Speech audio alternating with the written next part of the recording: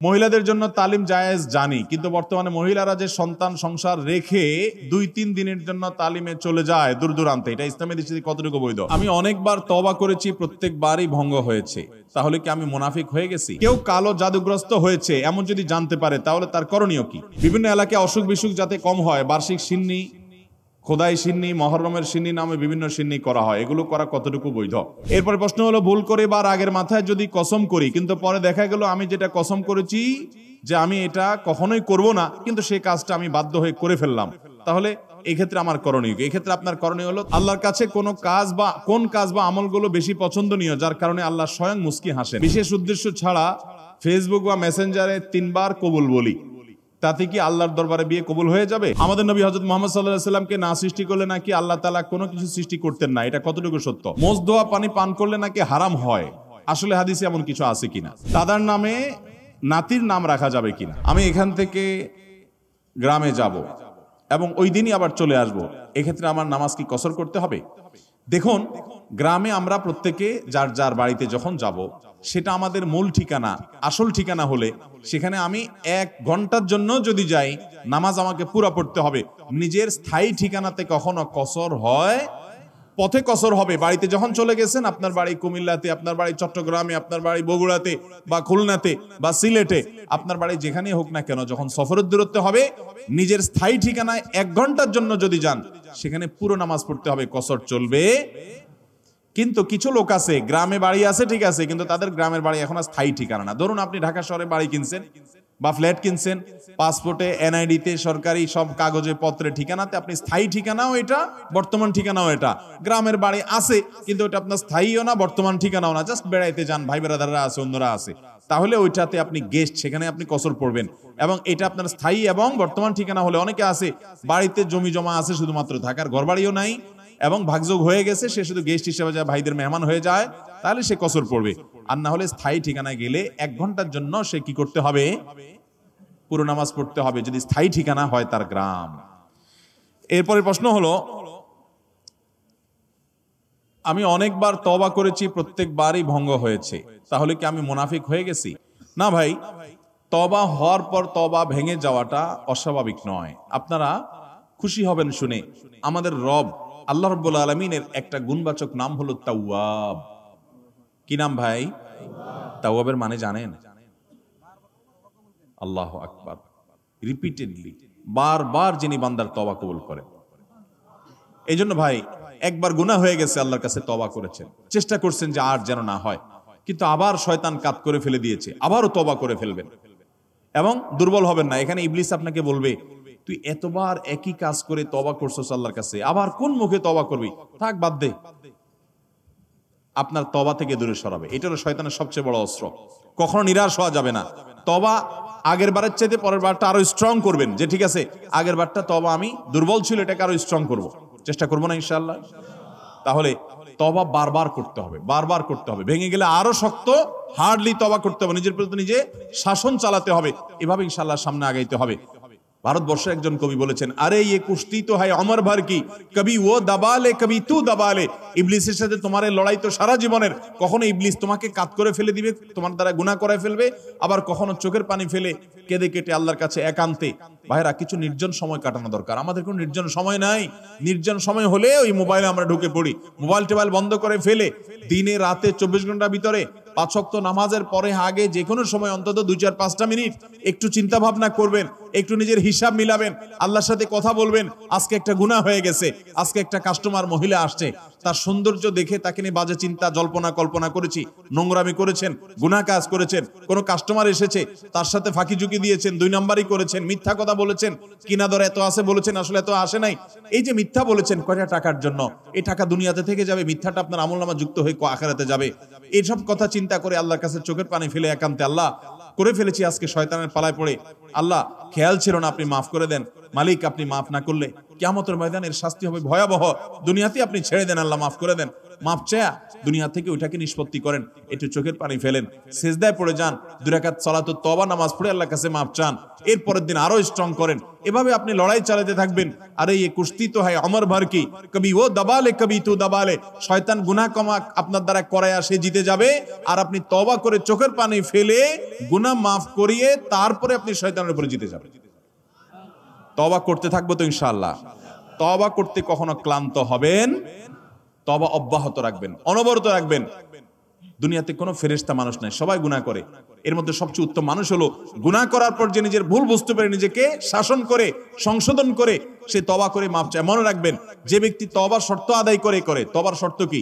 তওবার শর্ত হলো যে কাজটা করেছি গুনার কাজ, এটার জন্য নিজেকে নিজে শাসন করলাম, কেন আমি এত নিকৃষ্ট কাজ করলাম, আল্লাহ আমার প্রতি কত ইহসান করেছেন, কত অনুগ্রহ করেছেন, আমার জীবনে কত বিপদ এসেছে আল্লাহ উদ্ধার করেছেন, তাহলে আমি কেন এই গুনার কাজটা করলাম? নিজেকে শাসন করা, ভবিষ্যতে না করার পরিকল্পনা করা, লজ্জিত হয়ে চোখের পানি ফেলে আল্লাহর কাছে মাপ চাওয়া, এই কাজটা যদি আপনি বারবার করেন, আপনি নিশ্চিত থাকতে পারেন আপনার তওবা দিন দিন আস্তে আস্তে স্ট্রং হবে এবং একটা সময় আপনি গুনাহ ছাড়তে পারবেন ইনশাআল্লাহ।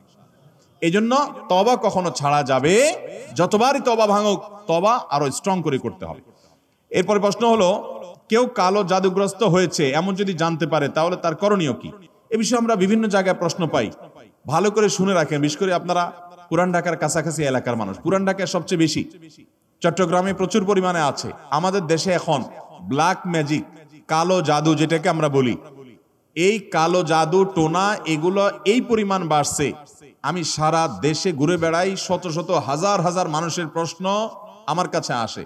প্রতি সপ্তাহে এভারেজ আমার কাছে অন্তত 25 থেকে 30 হাজার প্রশ্ন মানুষের আমার কাছে আসে। আলহামদুলিল্লাহ, শুধুমাত্র শুক্রবারের লাইভে আমাদের 15 থেকে 20,000 এক ঘন্টার মধ্যে প্রশ্ন আসে। এই হাজার হাজার প্রশ্ন নিয়ে আমরা কাজ করি। মানুষের অবস্থা আমি জানি প্রশ্নগুলোর মাধ্যমে। এই দেশে প্রতিটা ঘরে ঘরে ব্ল্যাক ম্যাজিকের রোগী আছে। আল্লাহ যাকে বাঁচাইছে তারা ভিন্ন, কিন্তু আমি দায়িত্ব নিয়ে বলতে পারি ম্যাক্সিমাম ফ্যামিলিতে ব্ল্যাক ম্যাজিকের রোগী ভরা, আমরা টেরও পাচ্ছি না। ছোট পোলাপান, অস্বাভাবিক চিল্লাচিল্লি, অস্বাভাবিক দুষ্টামি, ওই দুষ্ট জিনের উপদ্রব অথবা ব্ল্যাক ম্যাজিক। অসুস্থ, কোনোভাবে ভালো হচ্ছেন না, বহু ট্রিটমেন্ট করছেন, চেক আপ করেছেন, ডায়াগনোসিস হচ্ছে না, সবসময় নিশ্চিত না, কিন্তু অনেক ক্ষেত্রেই এগুলা ব্ল্যাক ম্যাজিকের রোগী হওয়ার সম্ভাবনা। আপনারা দেখবেন ফেসবুকে ইদানিং এই উৎপাত বেশি বাড়ছে। বিভিন্ন পোস্টের কমেন্টে দেখবেন পোস্টার দিয়া প্রচার করে তান্ত্রিক অমুক কামরূপ কামাখ্যা থেকে প্রশিক্ষণ প্রাপ্ত। দেখছেন নি? এগুলো হলো শয়তানের খালাতো ভাই, সাক্ষাৎ খালাতো ভাই। এবং আপনার বিভিন্ন ঢাকা শহরের পিলারে পিলারে দেখবেন এই তান্ত্রিক অমুক, ভাগ্য বদলায় দেয়, এটা করে সেটা করে, এসব শয়তানি অ্যাডভার্টাইজ দেখছেন না? দেখেন নাই? ব্ল্যাক ম্যাজিক এটাকে এক সময় আমাদের এক শ্রেণীর শিক্ষিত মানুষ বলতো যে এগুলো হুজুরদের আজগুবি কথা, কিসের আবার ব্ল্যাক ম্যাজিক, দেখা যায় না, শোনা যায় না, বুয়া বোগাস কথাবার্তা। ভাইরা আমার, এই যে কদিন আগে বিশ্বকাপ ফুটবল শেষ হয়ে গেল, আমি নিজে অনেকগুলো মিডিয়াতে দেখেছি বিশ্বকাপ ফুটবলে অনেক বড় বড় খেলোয়াড়দেরকে দুর্বল করার জন্য প্রতিপক্ষের খেলোয়াড় বা বাজিকরেরা, বিভিন্ন লোকেরা ব্ল্যাক ম্যাজিক করেছে এবং কোটি কোটি টাকা খরচ করে ব্ল্যাক ম্যাজিক করে তাদেরকে অচল করে দেওয়ার চেষ্টা করে। আরে বিশ্বকাপ অনেক দূরে রাখেন, আমার দেশে আসেন, একটা খেলা আছে, নাম হলো পাতা খেলা। আপনি গুগলে সার্চ দিয়ে যে পাতা খেলা দেখলে আপনি পাবেন। আমি সার্চ দিয়ে অন্তত 2-4-5টা জাতীয় দৈনিকের রিপোর্ট, প্রতিবেদন, এই খেলার আদ্য পান্ত জেনে তারপরে কথা বলছি। আমি আলহামদুলিল্লাহ ওই ফেসবুকে ঠুনকো ঠানকো কোথায় কি পাইছে টাইছে এগুলো নিয়ে আমি কথা বলি না, বক্তব্য দেই না। আমি চেষ্টা করি যেটা বলবো সেটা জেনে শুনে দায়িত্ব নিয়ে তারপরে আমি বলার চেষ্টা করি। এই পাতা খেলার উপরে আমি অনেক পড়াশোনা ঘাটাঘাটি করেছি, অনলাইনে অনেক আর্টিকেল পড়েছি, অনেক প্রতিবেদন পড়েছি। আমাদের দেশে হয়, আপনার উত্তরবঙ্গের দিকে বিশেষ করে হয়, অনেক জেলাতে। এই পাতা খেলাটা অবাক করা এক খেলা, যে এটা পুরাটাই ওই জাদু মন্ত্রের খেলা, এবং এটা আমাদের দেশে অনেক আগে থেকে একসময় হিন্দুদের মধ্যে প্রচলন ছিল। এখন মুসলমানরা এটাই কোনো দোষী কিছু মনে করে না, পড়তেছে, রীতিমতো কুফুরি এবং ঈমান চলে যাওয়ার মতো বিষয়। এখানে কুফুরি কিছু মন্ত্র আছে, শয়তানি কিছু মন্ত্র আছে। শয়তান আমরা যাকে দেখি না, এটা আরেক আলোচনা, ঘন্টায় ঘন্টা আলোচনা করতে হবে, শয়তান নিয়ে আজকে আলোচনা করব না। এই শয়তানের মন্ত্র, কুফুরি মন্ত্র, এই মন্ত্র পাঠ করার মাধ্যমে এই অলৌকিকত্ব দেখা যায়। কি হয়েছে, একটা লোকের নাম দেয় পাতা, আসলে ওইরকম আদতে কোনো পাতা না, একটা ব্যক্তি। তো ওই ব্যক্তিকে দূর থেকে একজন জাদুকর সে মাটিতে এরকম মন্ত্র পড়ে, ওই যে যারে নাম দিছে পাতা, তার সে নিজেও জাদুকর, তার কাজ হলো সে মন্ত্র পড়ে পড়ে নিজেকে এক জায়গায় ধরে রাখবে, আর এর কাজ হলো ওরে মন্ত্র পড়ে পড়ে একটা দাগ দেওয়া আছে, দাগ পর্যন্ত নিয়ে আসবে, টেনে নিয়ে আসবে মন্ত্রের কারণে। অবাক করা বিষয় না? এবং সত্যি আনতে পারে, এই মন্ত্র দিয়ে আনে, তো আনলে এই জাদুকর জিতে যায়, আর যদি টিকে যায় তাহলে সে জিতে যায়। এই পাতা খেলা বাংলাদেশে অনেক এলাকাতে বেশ বহুল প্রচলিত, হাজার হাজার মানুষ উপভোগ করে। এই যে কুফুরি কালাম, কুফুরি কালাম পড়ে অনেক অলৌকিক কাজ করা যায়। একটা আস্ত সুস্থ মানুষ অসুস্থ হয়ে একদম কবর পর্যন্ত চলে যাবে, টেরও পাবেন না, ভয়াবহ রোগ হবে এই ব্ল্যাক ম্যাজিকের কারণে। কালো জাদু, এটা যে বললাম খেলোয়াড়দেরকে পর্যন্ত করা হয়। এটা আমাদের দেশে ঘরে ঘরে।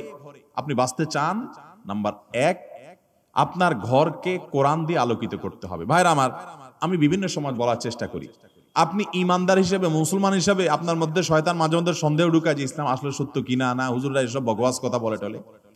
আপনার ইমানের মধ্যে যদি কোনো প্রকার সংশয় শয়তান সৃষ্টি করতে চায়, আমি আপনাকে দায়িত্ব নিয়ে আল্লাহর শপথ করে বলতে পারি, এই কোরআন হলো এমন এক জীবন্ত মিরাকল, জীবন্ত মুজিজা।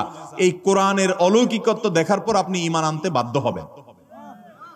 পৃথিবীতে যত বেঈমান মুসলমান হয়, যত কাফেররা ঈমান আনে, তাদের বেশিরভাগ দেখবেন এই কোরআন যখন নির্মোহভাবে আগাগোড়া পড়ে ফেলে, সে এর কাছে মাথা নত করা ছাড়া কোনো উপায় থাকে না। ওমর রাদিয়াল্লাহু তাআলা আনহুর মতো জাদ্রেল মানুষ যাচ্ছিলেন নবী করিম সাল্লাল্লাহু আলাইহি ওয়াসাল্লামকে হত্যা করার জন্য, বোনের বাসায় যায় দেখে বোন তেলাওয়াত করতেছে, আওয়াজ শুধু শুনছে, তেলাওয়াত শুনেই পাগল হয়ে গেছে। আরে এ তো সাধারণ কোনো কথা না, আকৃষ্ট হয়ে গেছেন। তরবারি হাতে নিয়ে নবী সাল্লাল্লাহু আলাইহি ওয়াসাল্লামের দরবারে চলে গেছেন। সাহাবীরা তো ঠেকাইতে আছে, নবী সাল্লাল্লাহু আলাইহি ওয়াসাল্লাম তো জানেন ওহী পাঠাইছে আল্লাহ তাআলা, বলে আসতে দাও, ঠেকায়ও না। গেছে হত্যা করার জন্য, ঈমান নিয়ে ফিরে চলে আসছে কোরআনের কারণে। মুসলমানদের বাসা বাড়িতে আজকাল কোরআন তেলাওয়াত হয় না।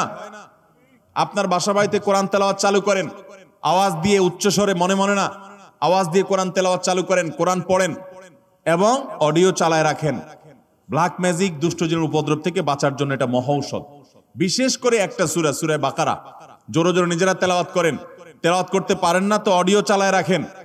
সূরা বাকারার তেলাওয়াত যত বেশি ভাষায় চালু করে রাখবেন, নবী সাল্লাল্লাহু আলাইহি ওয়াসাল্লাম হাদিসে বলা আছে দুষ্টজিন এবং শয়তান ভাষায় প্রভাব ফেলতে পারবে না। এক। দ্বিতীয় আমল, তাহলে কোরআন বেশি বেশি পড়বেন, বিশেষ করে সূরা বাকারা। দ্বিতীয় আমল হলো সকাল সন্ধ্যার দোয়া এবং জিকির, এগুলা নিয়মিত পড়বেন, এগুলা রক্ষা কবচের মতো কাজ দেয়। তৃতীয় আমল হলো ঘরের মধ্যে কোনো হারাম জিনিস রাখবেন না, ছবি টবি এটা সেটা রাখবেন না, এবং গুনাহমুক্ত রাখবেন বা ঘরকে। 4 নম্বর আমল হলো যতবার বাসায় ঢুকবেন বিসমিল্লাহ পড়ে ঢুকবেন, বের হওয়ার সময় বিসমিল্লাহ পড়ে বের হবেন। টয়লেটের দরজাগুলো বন্ধ রাখবেন, ঢুকতে বিসমিল্লাহ পড়ে ঢুকবেন, এই দোয়া পড়ে ঢুকবেন, বের হওয়ার সময় দোয়া পড়ে বের হবেন।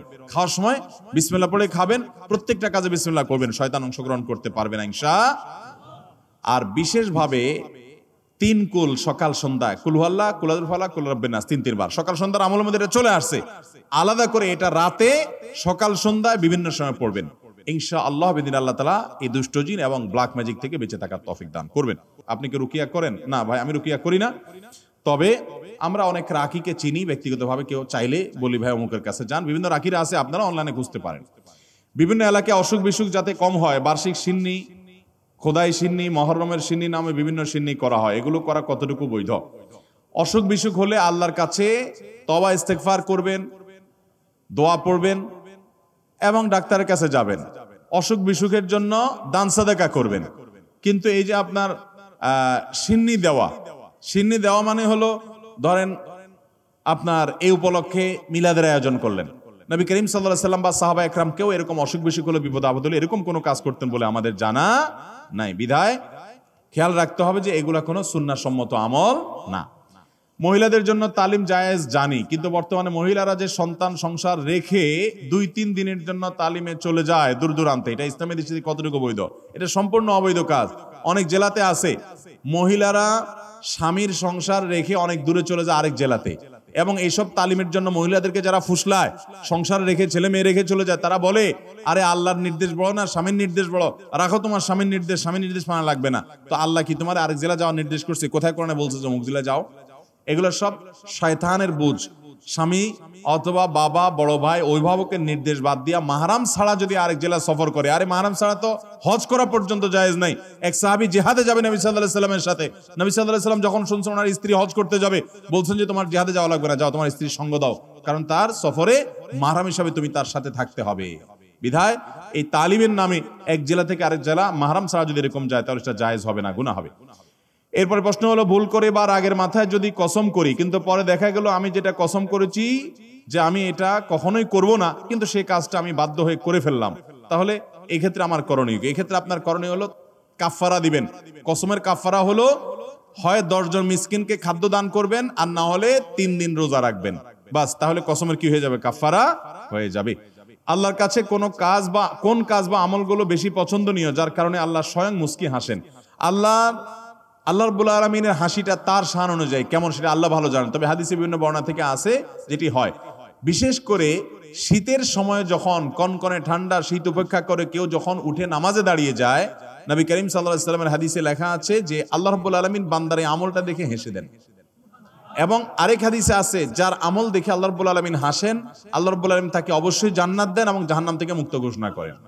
এজন্য শীতের দিনে ফজরের নামাজ, তাহাজ্জুদের নামাজের গুরুত্ব অন্য সময়ের চাইতে অনেক বেশি। আমি একজন যুবক, আমরা অনেক সময় মজার ছলে বা বিয়ের উদ্দেশ্যে না, বিশেষ উদ্দেশ্য ছাড়া ফেসবুক বা মেসেঞ্জারে 3 বার কবুল বলি, তাতে কি আল্লাহর দরবারে বিয়ে কবুল হয়ে যাবে? এতে কি কোনো গুনাহ আছে? পোলাপান বাদরামি করার জিনিস খুঁজে পাও না? অনেক পোলাপান এগুলো করে। এমনকি এই যে নাটক সিনেমাতে অনেক সময় অভিনয়ের অংশ হিসাবে এগুলো করে না অভিনেতারা, এদের মধ্যে কেউ যদি মুসলমান হয়, কারণ যদি আল্লাহর প্রতি বিশ্বাস না থাকে তার কথা ভিন্ন হয়, বেঈমান নিয়ে আমাদের আলাপ নাই। যে মুসলমান, যে আল্লাহর প্রতি ঈমান আছে, তার জানতে হবে নবী করিম সাল্লাল্লাহু আলাইহি সাল্লাম বলেছেন সালাতুন জিদ্দুহুন্না জিদ্দুন ওয়া হাজলুহুন্না জিদ্দুন। 3টা বিষয় সিরিয়াসলি করলে যা হবে, দুষ্টুমি, রসিকতা, অভিনয়, মজা করে করলে তা হয়ে যাবে কাহিনী বড় খতরনাক, বড় জটিল। অতএব আপনি দোস্ত দুষ্টামি করে কোনো ক্লাসমেট মেয়েকে বললেন অন্য 2-3 দোস্তের সামনে যে আমি ওরে বিয়ে করলাম, এবং সেও অ্যাডাল্ট, আপনিও অ্যাডাল্ট, 2 জন সাক্ষীও আছে। আর বিশেষ করে নাটকে যেটা হয় যে অভিভাবক অনেক সময় থাকে, যদি সত্যিকারের অভিভাবক থাকে, ওখানে তো সব বকওয়াস অভিভাবক। মেয়েদের তো বিয়ে অনেক আমাদের মতো মেয়েদের বিয়ে অভিভাবক ছাড়া হয় না, কিন্তু হানাফি মাযহাব অনুযায়ী অভিভাবককে জরুরি না, যদি অ্যাডাল্ট হয়ে যাবে তাহলে সেক্ষেত্রে হানাফি মাযহাবের আলোকে এই বিয়ে হয়ে যাবে। 2 জন সাক্ষীর সামনে শুধু বলছেন প্রস্তাব, সে বলছে কবুল, দুষ্টামি করে বলছেন, বাস কাহিনী খতম হয়ে গেছে। কথা বুঝেন নাই? খুব জটিল একটা বিষয়। ঠিক তালাকের বিষয়টাও এরকম। আপনি বলবেন যে হুজুর আমি তো আসলে তালাকের উদ্দেশ্যে বলি না, আমি একটু ভয় দেখানোর জন্য বলছিলাম, কাম হয়ে যাবে, এরপর আর এসব বলে লাভ হবে না। অতএব এগুলো সাবধানে করতে হবে। আল্লাহ আমাদেরকে এই সমস্ত বিষয়, হেয়ালিপনা, দুষ্টমি, এগুলো থেকে বেঁচে থাকার তৌফিক দান করুন। সব জায়গায় ফাজলামি না। আমাদের নবী হযরত মুহাম্মদ সাল্লাল্লাহু আলাইহি সাল্লামকে না সৃষ্টি করলে নাকি আল্লাহ তাআলা কোনো কিছু সৃষ্টি করতেন না, এটা কতটুকু সত্য? এরকম একটা হাদিস আছে, কিন্তু সেই হাদিসকে মুহাদ্দিসগণ, হাদিস বিশারদ, বিশ্লেষকগণ এই হাদিসকে জাল হাদিস হিসাবে চিহ্নিত করেছেন। এর সনদ বিশুদ্ধতার সূত্রে বর্ণিত নয়।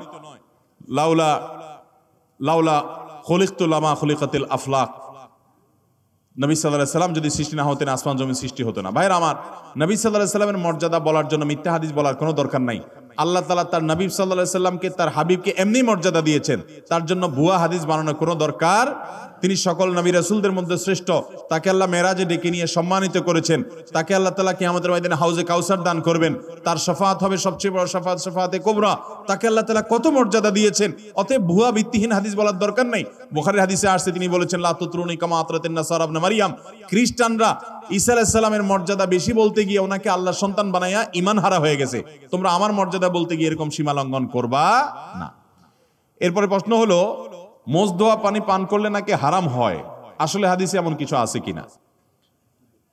মোজ ধোয়া পানি খেলে বা মোজ লাগলে কোনো কিছু খেতে গেলে সেটা হারাম বলে হয়। হারাম তো পরের কথা, অনেকে বলে মাকরুহ, হারামও হবে না মাকরুহও হবে না।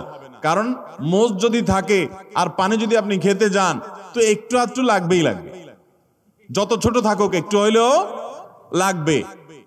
এখন যদি বলেন যে না আমি লাগাবো না, তাহলে মোজ বড় রাখতে হবে অনেক, এবং সে মোজ কিছু একটা দিয়ে চিমটি দিয়ে ধরে উঠে ধরে তারপর খাইতে হবে। এছাড়া তো আমি কোনো উপায় দেখি না। কারণ যদি ছোট ছোট মোজ হয়, পানি খাবেন আর লাগবে না, তাহলে ঠোঁট ধরে উঠে রাখতে হবে। তাহলে বোঝা গেল এটা ভুয়া, ভিত্তিহীন কথা। মোষ যদি লেগে যায় ইচ্ছাকৃত, তো মোষ ধোয়া পানি, মোষ ধোয়া খানা, মোষে লাগলে সেটা খাবেন না আপনি। কারণ হলো সেটা তো আর পরিষ্কার করে হওয়ার সময় জীবাণু থাকতে পারে, ধুলাবালি থাকতে পারে। ইচ্ছাকৃত এটা করেও না কেউ, কিন্তু অনিচ্ছাকৃত যেটুকু লেগে যায় এটার কারণে হারাম তো দূরের কথা, মাকরু হবে না। এটা ভিত্তিহীন কথা। কথা বুঝাতে পারছি? কোন মদ করে বলে শুনছে এই ফতোয়া যে মোষ ধোয়া পানি খাইলে গুনাহ হয়, মাকরু হয়। এই জন্য সে মদ খাওয়ার সময় তার মোষ বড় ছিল, উঠে ধরে মদ খাইতো। যে মদ খাওয়ার সময় যদি মাকরু হয়ে যায় তাহলে আল্লাহ নারাজ হয়ে যাবে, এই জন্য সে মোষ উঠায় নাকি মদ খাইতো। আল্লাহ জানে সত্য না মিথ্যা, ঘটনা শুনছি আমরা অনেক ছোটবেলা থেকে। তো যাই হোক, তো মোষ ধোয়া পানি খেলে বা কিছু খেতে গেলে, মোচে লেগে গেলে আসলে কোনো গুনাহ হবে। দাদার নামে নাতির নাম রাখা যাবে কিনা? দাদার নামে নাতির নাম তো পরের কথা, বাপের নামেও পোলার নাম রাখা যাবে, কোনো অসুবিধা নাই। আমাদের দেশে সবাই ইউনিক নাম খোঁজে, ইউনিক। টল্টু, বল্টু, নান্টু, পিন্টু, গিন্টু, গেংটু, কি আজিব আজিব নাম খোঁজে সব। আরে ভাই, সবাই বলে ইউনিক নাম লাগবে, আনকমন নাম লাগবে। কেন আপনাকে আনকমন নাম লাগবে কেন? শুনেন, সৈয়দ আবুল হাসান আলী নদভী রহমতুল্লাহ আলাই ভারতবর্ষের সবচেয়ে বড় আলেমদের একজন ছিলেন এবং মুসলিম বিশ্বের নোবেল খ্যাত কিং ফয়সাল অ্যাওয়ার্ড পুরস্কার, এটা সারা বিশ্বে, বিশেষ করে এই ভারতবর্ষে অল্প কয়েকজন মানুষ পাইছে, এর মধ্যে উনি একজন ছিলেন। অনেক বড় পণ্ডিত মানুষ ছিলেন। সারা ওয়ার্ল্ডের বড় বড় ইউনিভার্সিটি, অক্সফোর্ডের মতো ইউনিভার্সিটি, বড় ইউনিভার্সিটিগুলোতে অতিথি লেকচার হিসেবে তিনি লেকচার দিতেন এবং মদিনা ইউনিভার্সিটির উপদেষ্টা পরিষদে ছিলেন অনেক শুরু থেকে। অনেক বড় ব্যক্তিত্ব ছিলেন সৈয়দ আবুল হাসান নদভী রহমতুল্লাহ আলাই। এ আল্লাহর বান্দা, তার পরিবারে কয়েকজন বাচ্চার নাম, কয়েক ভাই, একই ফ্যামিলিতে কয়েকটা ছেলে হয়েছে, সবগুলোর নাম রাখছে মোহাম্মদ। তাহলে একটা মুসিবত না? 4 ভাইয়ের নাম যদি মোহাম্মদ হয়, কোন মোহাম্মদ ডাক দিলে কোন মোহাম্মদ আসবে? এই জন্য পার্থক্য করার জন্য নাম দিছে মোহাম্মদ আউয়াল, মোহাম্মদ সানি, মোহাম্মদ সালেস, মোহাম্মদ রাবে। অর্থাৎ মোহাম্মদ ফার্স্ট, মোহাম্মদ সেকেন্ড, প্রথম মোহাম্মদ, দ্বিতীয় মোহাম্মদ, তৃতীয় মোহাম্মদ। তৃতীয় মোহাম্মদ বললে একজন আসে, চৌথ মোহাম্মদ আসলে আরেকজন আসে। এটা বলার উদ্দেশ্য হলো যে একই নাম আমাদের দেশে অনেককে আমরা নাম চাই, হুজুর একটা নাম দেন, তো বলি ভাই সবচেয়ে উত্তম নাম আব্দুল্লাহ, আব্দুর রহমান হাদিসে আসছে। সবচেয়ে সুন্দর নাম কি নাম? আব্দুল্লাহ। এবং কিয়ামতের ময়দানে মানুষকে নাম ধরে ডাকা হবে। পোলার নাম টল্টু রাখবেন, তো আপনারা কি আল্লাহ তাআলা ডাকবেন, ও টল্টুর বাপ আসো? কেমন লাগবে জিনিসটা? আল্লাহর বান্দা, নামের মধ্যেই তাওহীদ, নামের মধ্যেই ইমানের শিক্ষা থাকবে। আল্লাহর বান্দা আব্দুল্লাহ, আব্দুর রহমান। তো অনেককে নাম দিলে বলে কি, ভাই এটা আমাদের ফ্যামিলিতে আছে। কার নাম? বলে আমার বোনের ননদের ছেলের নাম। বোনের ননদের ছেলের নাম। তো তোমার বোনের ননদের ছেলে আর এই ছেলে জীবনে কয়বার একত্র হবে? এসব বকওয়াস চিন্তা করতে মাথায় আসে।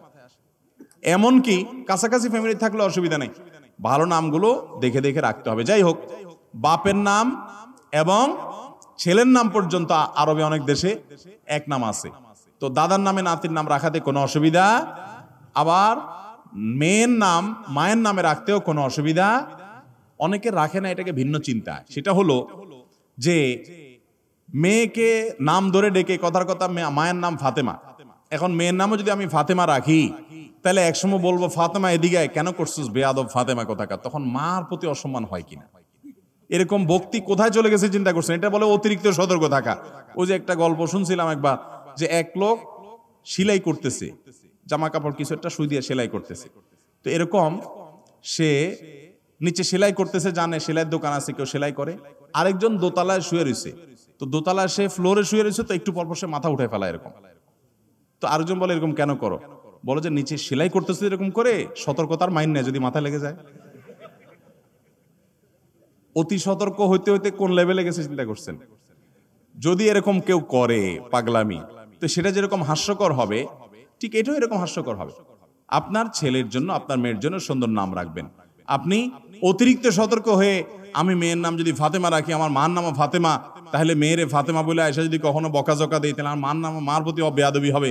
এত ভালো না, এটা অতিরিক্ত ভালো, অতিরিক্ত ভালো না। অতএব মা বা বাবার নামে ছেলে বা মেয়ের নাম রাখাতে কোনো অসুবিধা নাই। এবারের হজের খরচ গত বছরের চেয়েও অনেক বেশি, এটা কি স্পষ্ট জুলুম নয়? ভাইরা আমার, হজের খরচ গত বছর ছিল স্মরণকালের সবচেয়ে ভয়াবহ খরচ। আমি নিজেও গেছি। 6 লাখ টাকা প্রায় লেগে গেছে। এবছর হলো প্রায় 7 লাখ। 6 লাখ 80 না 75,000, 83,000, তাহলে 7 লাখের মতো প্রায়। গত বছর ছিল প্রায় 6 লাখের মতো। এই যে পার্থক্যটা হয়েছে, এটা মূলত রিয়াল ডলারের দাম বাড়ার কারণেই হয়েছে। কারণ হলো গত বছর হজের সময় রিয়ালের দাম ছিল 24 টাকা, 23 টাকা, এরকম 22, 23, 24 এই রেঞ্জের মধ্যে ছিল। এই বছর রিয়ালের দাম কত এখন? 28, 29, 30 টাকা। তাহলে 5 টাকা করে রিয়ালের প্রতি যদি দাম বাড়ে, সবকিছুই তো সেখানকার খরচ, অতএব বিশাল বড় একটা অংশ এখানে বেড়ে গেছে। এটা একটা বাস্তবতা। তবে সৌদি গভর্নমেন্টের কাছে আমাদের আবেদন থাকবে যে তারা হজের ক্ষেত্রে যেন আরেকটু দয়া এবং মায়া প্রদর্শন করে। কারণ মুআল্লিম ফি যেটা অন্য সময় সামান্য ছিল, সেটা গত বছর মাঝে 2-3 বছর করোনা গেল, গত বছর সেটা ডাবল না জানি ট্রিপল কয়েক গুণ সেটা বাড়াই দিস। আমি গত বছর হজে যাওয়ার সময় চিন্তা করছি যে যেটা বোধ হয় 2000-এর নিচে ছিল, ওইটা 5,000, 6,000 টাকা, 6,000 রিয়াল, টাকা না, সৌদি রিয়াল, তার মানে 1 লাখ প্লাস। এটা মুআল্লিম ফি। তো মুআল্লিম ফি যেটা নিচে মক্কা, মিনা, মুজদালিফাতে সার্ভিস দেয়, সেটার ফি, ঠিক আছে, এটা নিতে হবে, খরচের টাকা বুঝলাম। তো আগে যেটা ছিল ধরেন 2000-এর ঘরে, সেটা হঠাৎ করে 6-7,000-এর ঘরে চলে গেল, 3 গুণ, এত বেশি, এত হাজার রিয়ালের ঘরে চলে গেল। আমি মনে করছি এবার বোধহয় হজে নিয়ে জামাই আদরে রাখবে মনে হয়, এত টাকা যেহেতু নিছে, তাহলে বোধহয় খুব আদর যত্ন করবে। তো আমি দেখলাম না, আদর যত্ন কিছু না, হাজি এমনি কম নিছে, সেজন্য একটু ফ্রি আছে। শুধুমাত্র মিনা, মুজদালিফা, আরাফাতে টয়লেটের নিচে স্ল্যাব বসাইছে, যেটা আগে প্লাস্টিকের ছিল, ব্যাস। আমি আর দৃশ্যমান কোনো পার্থক্য দেখলাম না, বাস। এটার কারণে বা আর যেগুলো আছে সেগুলো উল্লেখযোগ্য এমন আহামরি কিছু না, মানে এটার কারণে অন্তত 3 গুণ টাকা বৃদ্ধি হবে বা 3-4 গুণ হয়ে যাবে, অনেক গুণ বৃদ্ধি হয়ে যাবে, এরকম কোনো বিষয় না। এরপরে আসুন, বিমান ভাড়া সম্ভবত এই বছর কত, 2 লাখ বোধ হয়, 2 লাখের মতো ধরছে। কল্পনাই করা যায় না, যারা বিভিন্ন দেশ সফর করেন তারা জানেন। নর্মাল সময়ে এখান থেকে জেদ্দা আসা যাওয়া যেই ভাড়া হয়, হজের সময় তার ডাবল দিতে হয়। এটা যৌক্তিক, ডাবল দিতে হয় যে এটা যৌক্তিক। কারণ যে বিমানগুলো স্পেশালি হাজিদেরকে নেওয়ার জন্য আসে, এগুলো খালি আসে, আবার হাজিদেরকে নিয়ে চলে যায়, আবার নামায় দিয়ে খালি চলে যায়। কারণ হজের সময় যে ধরেন 50,000, এবছর হয়তো আরো অনেক বেশি যাবে, ধরেন 1 লাখ হাজি গেল, তো 1 লাখ হাজি হঠাৎ করে যাচ্ছে বাংলাদেশ থেকে, সৌদি প্রবাসীদের আসা যাওয়ার জন্য রুটিন বিমান আছে, সেগুলো যদি 1 লাখ লোক হঠাৎ করে যাচ্ছে, তাদের নিতে পারবে না, আলাদা বিমান দরকার হয়, ডেডিকেটেড বিমান লাগে, আরো অনেক ব্যাপার স্যাপার আছে।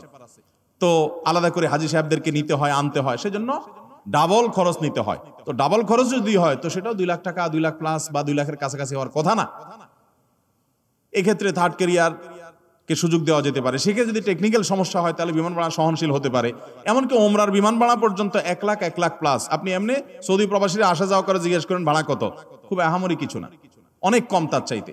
তো এই যে হজের খরচ, সেটা সহনীয় পর্যায়ে করা উচিত। এবং আমাদের সরকারের কাছে আমাদের দাবি থাকবে যে ক্রান্তি, নানা সময় অর্থনৈতিক অনটন থাকে, ঠিক আছে, ভারতের মতো দেশ যেখানে হিন্দু প্রধান দেশ, সেখানেও হজে ওমরাতে যথেষ্ট পরিমাণ সহনশীল রেট থাকে এবং ভর্তুকি দেওয়া হয় অনেক দেশেই। তো আমাদের দেশে হাজিদের জন্য অনেক কাজে তো ভর্তুকি দেওয়া হয়, যারা আল্লাহর ঘর হজ করতে যাবে তাদের জন্য ভর্তুকি দেওয়া যেতে পারে। তবে এখানে যে খরচটা হচ্ছে, সব খরচটা সবগুলো বেশিরভাগই সৌদি আরবই হয়, বেশিরভাগ কি 99% সৌদি আরবের খরচ, আমাদের দেশে খরচ নাই বললেই চলে।